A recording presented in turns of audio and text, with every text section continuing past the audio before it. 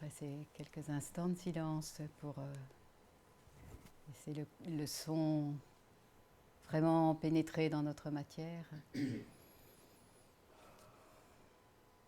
pouvons prendre le temps de partager, soit si vous avez envie de partager sur le vécu de cette expérience, ou bien s'il y a d'autres choses.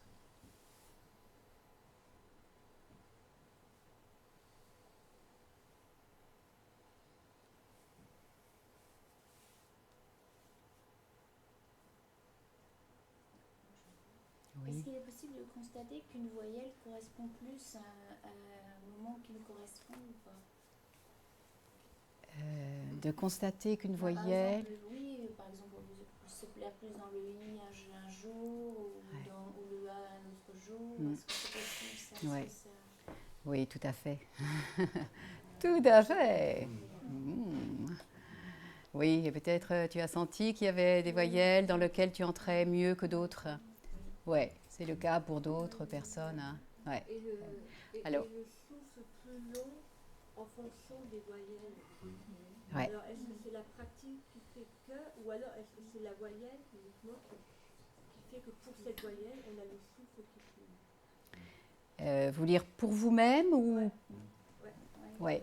C'est-à-dire il y a des voyelles dans lesquelles on va entrer davantage. Mais ce soir, peut-être que demain, ça peut être différent. C'est en fait, et quand on a du mal à chanter une voyelle, c'est intéressant d'aller voir sa signification. Dire sur quoi intérieurement je suis freinée ou même je bloque. Vous voyez, donc chaque voyelle, enfin chaque fois, ben, ça va être différent. Et ça va nous donner une information sur des points qu'on peut bien sûr avoir, je dirais, à méditer, à se laisser ressentir. Tiens, j'arrive pas à faire le E, par exemple, qui est vraiment la voyelle de changement, de transformation, de création dans l'infiniment petit. Qu'est-ce que ça me dit sur la croyance que j'ai en mon pouvoir créateur, en mon pouvoir de transformation? Hein, voilà. Donc ça va nous apporter en effet des informations de cette nature. Et comment ils ont trouvé la signification de chaque voyelle? Pourquoi il y en a une c'est la création, l'autre c'est l'amour. Comment ils ont trouvé ça? Je dirais ils ne l'ont pas trouvé, oui. C'est vraiment, ils l'ont ressenti. Hein, ils l'ont reçu en quelque sorte de leur guidance. Parce que vous savez qu'il y a vraiment en nous, je disais tout à l'heure, cette part de sagesse où nous sommes reliés, aussi peut-être sur d'autres plans. Et du coup, en écoutant en soi, toutes les informations nous sont données. Hein, donc c'est ça, voilà. Mais vous peut-être vous l'avez senti. Bon, une première fois, c'est pas forcément évident hein, quand on découvre. C'est qu'il y a une progression dans ces voyelles, dans leur signification. Et voilà. Donc, on va se réharmoniser, on va se remplir d'énergie, on va laisser monter des schémas, on va faire le choix, on va laisser monter les schémas, on va dissoudre les schémas, puis on va s'ouvrir encore plus à l'énergie de Gaïa, de la Terre, et entrer dans notre aspect créateur, et aller jusque dans l'infiniment petit de nos cellules, là où il y a vraiment ce que nous cherchons tous, hein, qui est vraiment cet amour pur. Ouais. Est-ce qu'il y a un nombre de fois à pratiquer par jour, ou c'est du ressenti, c'est quand on en a besoin, c'est quelle manière Donc il y a différentes possibilités dans la façon de pratiquer. On peut décider, donc ça dépend du nombre de voyelles qu'on fait, hein, mais on peut soit les faire en une fois, par exemple le matin, à jeun, c'est idéal, hein, comme toute pratique. Ça permet de centrer bien sa journée, quoi. Hein. Et puis d'autres fois, on peut aussi, pour des questions de temps, ou parce que c'est comme ça en nous aussi, les faire en 2 fois. On peut faire le matin, moi ça m'arrive, je vais en faire 5 le matin, et puis 4 en milieu d'après-midi, en fonction de mon emploi du temps, ou en fin de soirée. Donc c'est très souple. Hein. Si je fais 5 le matin, peut-être que je vais faire du yoga, peut-être pas. Si je fais 9, en général j'inclus le yoga, mais je sais que ça me prend un petit peu plus de temps. Donc c'est toujours une affaire de ressenti, de sentir comment le corps il peut accueillir cette énergie de transformation. Ça, c'est vraiment important. Est-ce qu'on peut le faire n'importe où?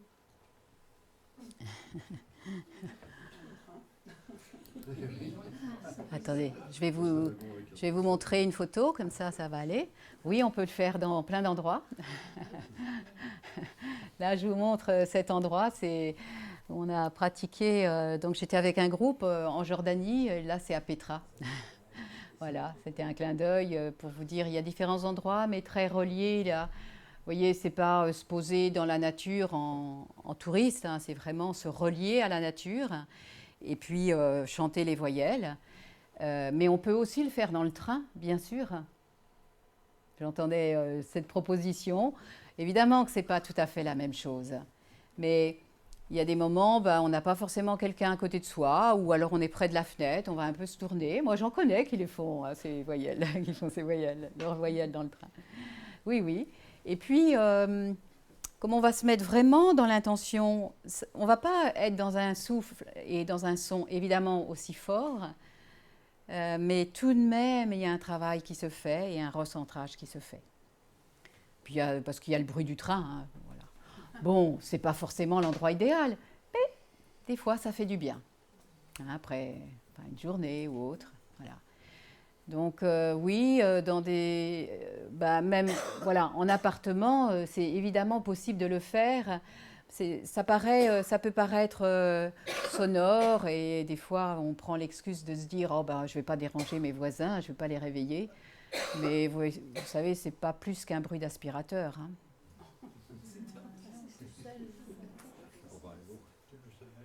Et je voulais savoir, j'ai pas bien compris pour les exercices, c'est entre chaque voyelle, c'est ça? Les exercices corporels, physiques, oui, c'est ça. Entre chaque série de voyelles. Par exemple, oui. Là, on a fait. Ah oui, oui, tout à fait. D'accord, après chaque série. Oui, c'est ça. Après chaque série de voyelles, nous pouvons faire, si nous en ressentons le besoin, un temps de, un yoga ou autre. C'est-à-dire, on fait 9 fois une série, puis on s'arrête, on fait l'exercice, on reprend. 9. Et comme ça, on fait 9 fois. Voilà. D'accord. Si tu démarres, au début, on fait rarement 9 fois de suite. D'accord. Il y a un petit apprentissage, puis le corps, il a besoin aussi. Hein. Mais imaginez que vous faites 5, 7 fois, ou 7 fois une voyelle. Hein. Vous faites le A 7 fois, et puis une respiration. Et là, 1, 2, 3 postures de yoga. Hein, ça peut être. Ouais. Mais ça peut être une seule, ça peut être du brain gym, voilà, hein, je disais tout à l'heure. Mais c'est à ce moment-là. En fait, l'utilité, c'est d'aider le corps à intégrer, et puis surtout, ça nous occupe, et comme ça, on part moins dans le mental. Parce que dès qu'on se pose et qu'on veut respirer, ça part. Et on peut fermer les yeux entre deux séries de voyelles? Oui. Allez, je vais dire oui. Parce que des fois, ça aide un petit peu à intégrer. Mais avec toujours cette vigilance de bien rester dans l'écoute des sensations du corps. Ouais.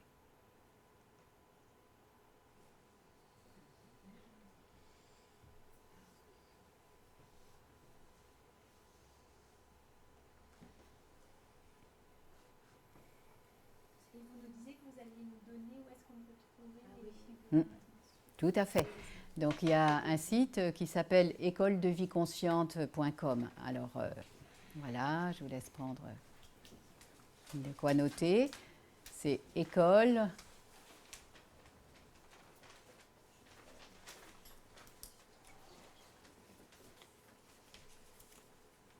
École-de-vie-consciente.com. Et vous y découvrirez beaucoup d'informations d'ailleurs. D'ailleurs, il y a une conférence qui est donnée sur ce site, sur le chant des voyelles, par Anne-Claire aussi. Oui. Ouais. Oui.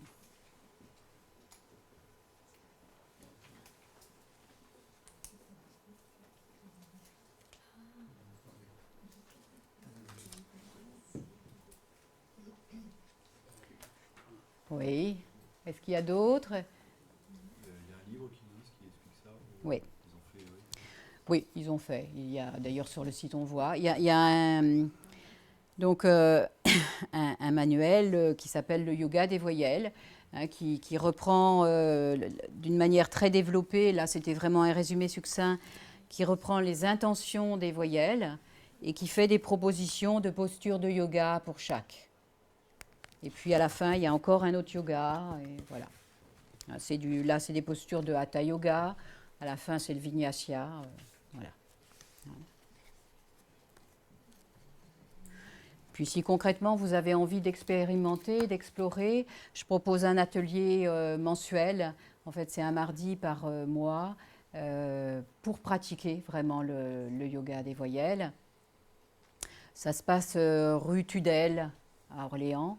Et donc au niveau des horaires, c'est 18h15, 20h15. Et c'est, enfin, au niveau du coût, c'est soit en euros, soit en points jeu. Ça vous a intrigué? Oui, il y a sur Orléans ce qui s'appelle le jeu 45, qui est un système. Jeu, ça veut dire jardin d'échange universel. Et nous échangeons du temps. Donc la monnaie, c'est le temps. Et voilà, je le propose aussi comme ça. Voilà, donc si vous voulez, il y a les documents à l'entrée. Au niveau des dates, la prochaine, c'est le 11 mars de mémoire. Après, soit je le mets sur le site, soit vous pouvez me laisser, si vous avez envie, votre adresse mail. Hein, j'ai un cahier. Et puis, je vous envoie les dates parce que je les pose par trimestre en général. Donc, sur mon site, il n'y a pas après le mois de mars, là.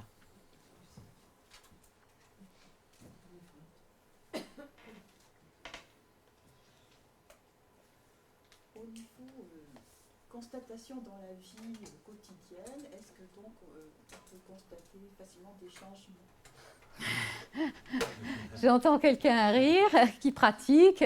Oui, c'est clair. Enfin, moi aussi, hein, je peux donner mon exemple personnel. C'est clair que au fur et à mesure, j'ai tout changé dans ma vie, que ce soit dans ma vie professionnelle, ma vie personnelle, donc ma vie sentimentale, ma vie relationnelle. Au fur et à mesure, tout a changé. Et puis, ça continue, hein.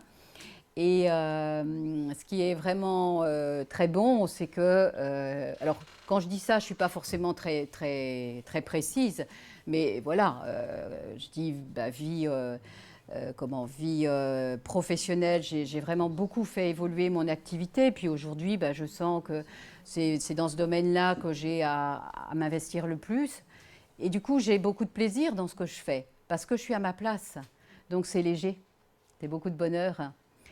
Après, dans ma vie personnelle, dans la vie sentimentale, il y a eu un moment de rupture, hein, au niveau sentimental. Et puis voilà, il y a d'autres choses qui se sont mises en place là, et c'est bien. Ça veut dire c'est vraiment des étapes. Puis dans la vie relationnelle, alors c'est clair, hein, le carnet d'adresses il change beaucoup.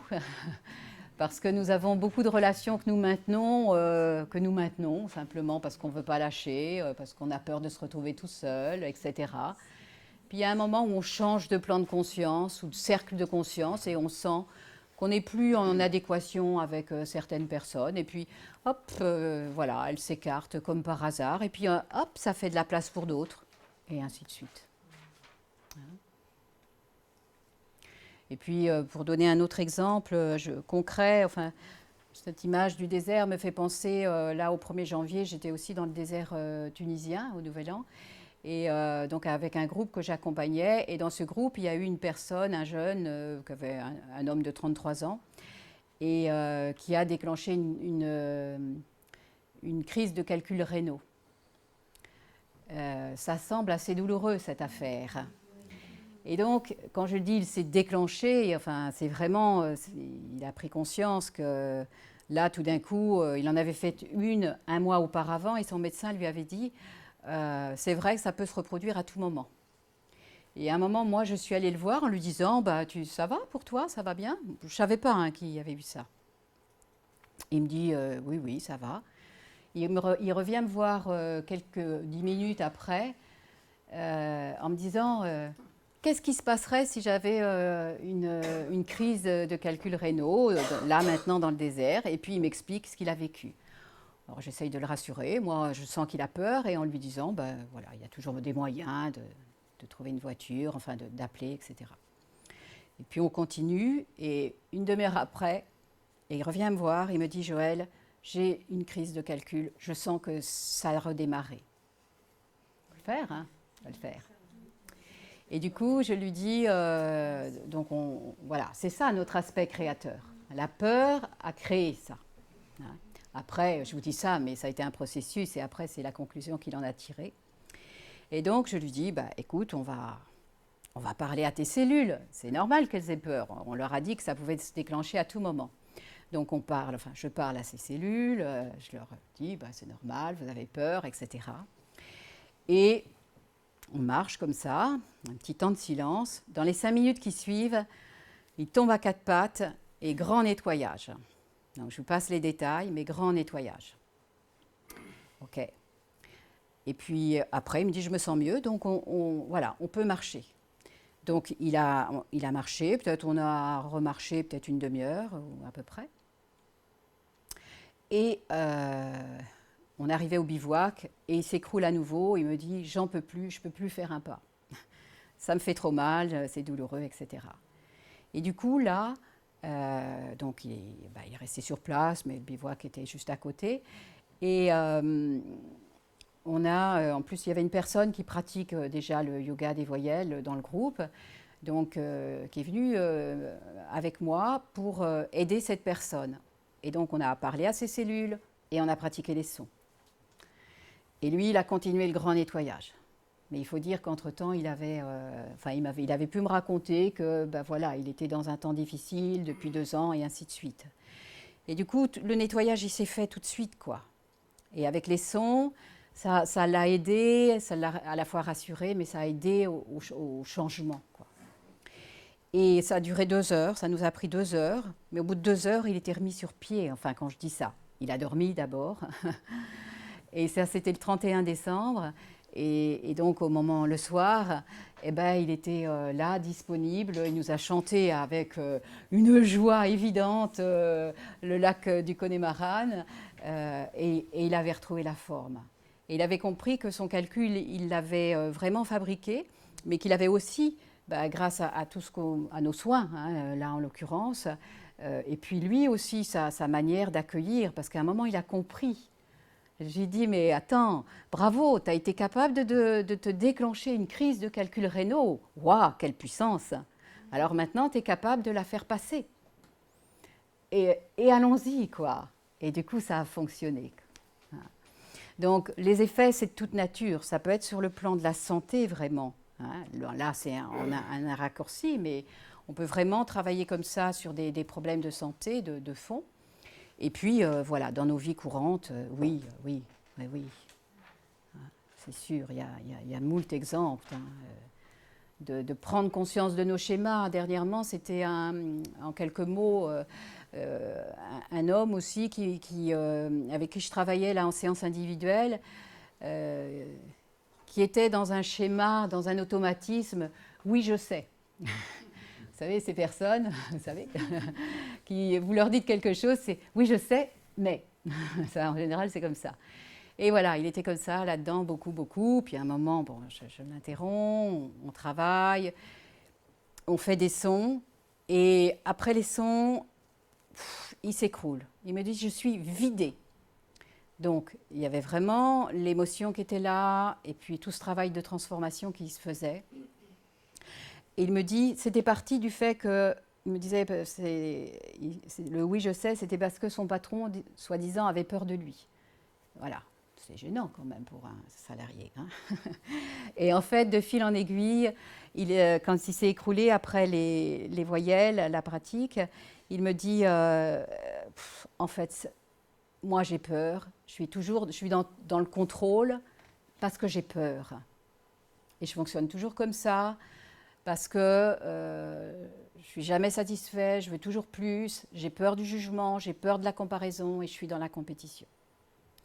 Et voilà, des choses, ça change quelque chose dans sa vie, de mettre à jour le schéma, d'utiliser les voyelles pour déjà enclencher la transformation. D'accord ? Après, ça peut être sur nos croyances vis-à-vis de l'argent. Croire qu'on ne peut pas être dans l'abondance, qu'on doit vivre petitement. On a plein de croyances comme ça. Tout ça, ça se travaille, ça se pose et ça se transforme, oui. Ouais. Mais dans la conscience que en nous, ça se fait. Je veux dire, plus nous avons foi en ce que nous pratiquons, plus c'est efficace. Bien sûr. Est-ce qu'on peut faire un chemin contraire? Par exemple, on se dit aujourd'hui je suis pas bien, j'ai mal au foie, j'ai un peu encrassé. Est-ce qu'il y a une voyelle qui correspond plus à un organe qu'à un autre? Ça ne va pas être forcément par rapport à un organe. Voilà, c'est en général plus. Mais c'est plus déjà se poser, ressentir ce qui se passe, accueillir, première étape.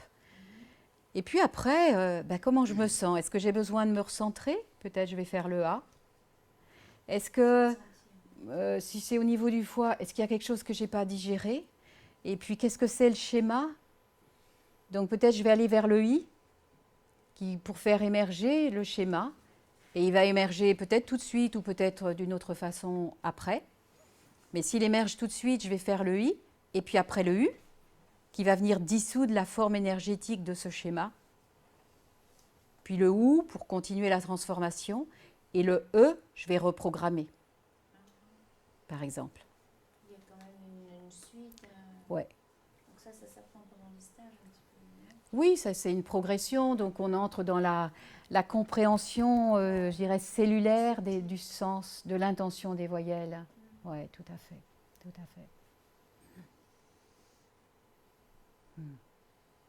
Mais c'est sûr que soit on peut utiliser certaines voyelles ponctuellement, mais voilà, vous vous rendez bien compte, c'est plus à ce moment-là un outil pour quelque chose qui a besoin d'être réajusté sur l'instant.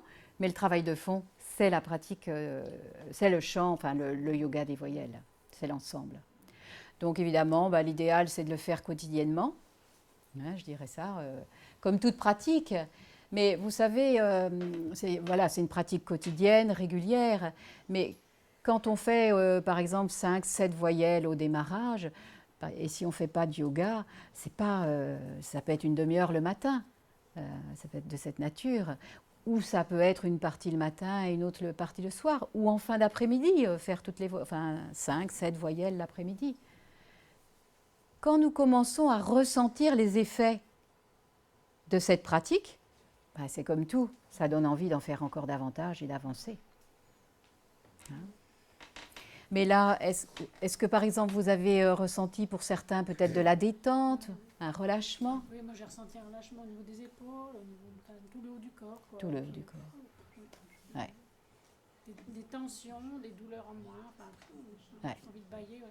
Voilà, oui c'est ça. Donc je ne sais pas si vous avez entendu, c'est détente de tout le haut du corps, des épaules, bâillement et d'autres. J'ai senti là, comme s'il y avait plus une ouverture, comme si les bords, je ne sais pas quel bord, s'ouvraient. Donc au niveau de toute la région du ventre, comme si ça s'ouvrait en toi. Oui. Waouh. Waouh, des choses là. D'autres ressentis que vous avez envie de partager? Les jambes, la circulation, toutes les jambes, et beaucoup de vibrations et même de fourmillements. Ah ouais, fourmillement, circulation, dans toutes les jambes, jusqu'au bout. Et oui, donc quelque chose qui se remarque d'une autre façon. Ok. Oui, c'est pas par rapport au ressenti, mais je voulais savoir les liens. Il y a des liens avec la programmation neuro-linguistique, par exemple. Non, oui et non. Parce que voilà, c'est vraiment quelque chose que moi aussi j'ai utilisé, je disais beaucoup. La programmation neuro-linguistique, PNL, elle nous fait travailler au niveau des connexions neuronales, beaucoup, au niveau de l'émotionnel, au niveau de changer les programmes, mais ça reste sur un plan mental, émotionnel et physique même. Alors que là, nous sommes vraiment sur le plan cellulaire, donc sur le plan de l'infiniment petit. Et ça, c'est la grosse différence. Aujourd'hui, j'utilise un peu la PNL dans ma manière d'être, ou des fois en proposant d'ancrer des choses positives. Mais ça n'a pas la puissance de cet outil qu'est le yoga des voyelles, parce que ce n'est pas en profondeur. Ça n'empêche pas, quand je dis ça, ce n'est pas une manière de dévaloriser la PNL. Il y a de la place pour tous les outils, et puis ça nous correspond à des moments, à un moment ou à un autre. Mais ce n'est pas le même niveau d'action.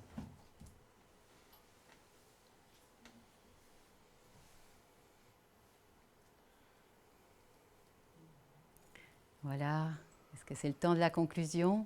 Alors je vais faire un petit lien que j'avais vraiment envie, enfin qui m'est venu en préparant notre soirée. Je vais vous faire un petit lien qui consiste à dire que c'est sûr que là maintenant, vous découvrez, vous allez vous laisser sentir, et puis si vous avez envie de pratiquer, voilà, vous avez des informations, vous pouvez aller chercher plus loin, et tout ça c'est vraiment une affaire de choix. Qu'est-ce que je choisis intérieurement? Et dans notre vie, je dirais particulièrement en ce moment, nous sommes vraiment amenés à faire beaucoup de choix. Donc c'est les choix de qu'est-ce qui me convient, qu'est-ce qui est juste pour moi.